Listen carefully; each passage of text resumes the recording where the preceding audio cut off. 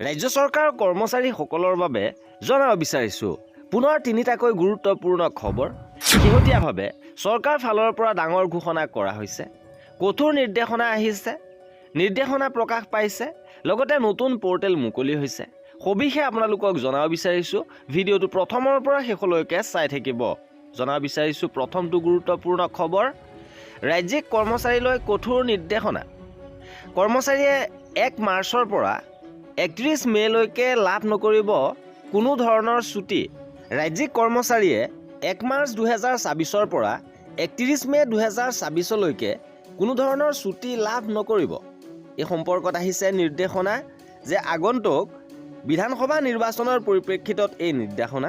শেহতীয়াভাৱে inspector of school হাইলাকান্দিৰ ফালৰ পৰা প্ৰকাশ কৰা এক নিৰ্দেশনাৰ পৰা এই কথা জানিব পৰা গৈছে যে নিৰ্বাচনৰ পৰিপ্ৰেক্ষিতত মাৰ্চত কৰ্মচাৰীসকলে ছুটি লাভ কৰিব নোৱাৰিব।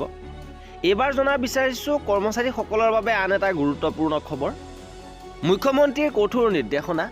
চৰকাৰী কৰ্মচাৰীসকলে সময়মতে নাহিলে দৰমহা কৰ্তন কৰিব লাগে, ছিনিয়ৰ অফিচাৰসকলে ব্যৱস্থা গ্ৰহণ কৰিব লাগে। মুখ্যমন্ত্ৰীয়ে এই মন্তব্য কৰিছে। চৰকাৰী কৰ্মচাৰীসকল কাৰ্যালয়ত সময়মতে উপস্থিত নহ'লে দৰমহা কৰ্তনৰ বাবে মুখ্যমন্ত্ৰীয়ে নিৰ্দেশ দিছে। ইপিনে ৰাজ্যৰ শিক্ষক কৰ্মচাৰীসকলৰ বাবে আহিছে বৃহৎ সুখবৰ। অৱশেষত মুকলি কৰা হৈছে পৰ্টেল।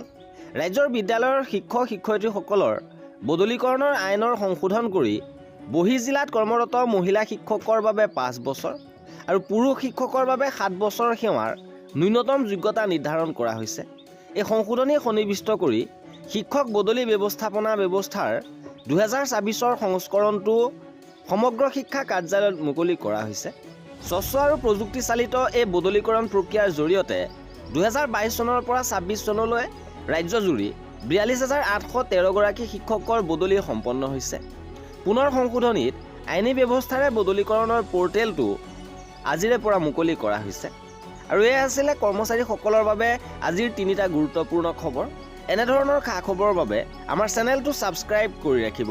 ভিডিঅ'টো শেষলৈকে চোৱাৰ বাবে বহুত ধন্যবাদ।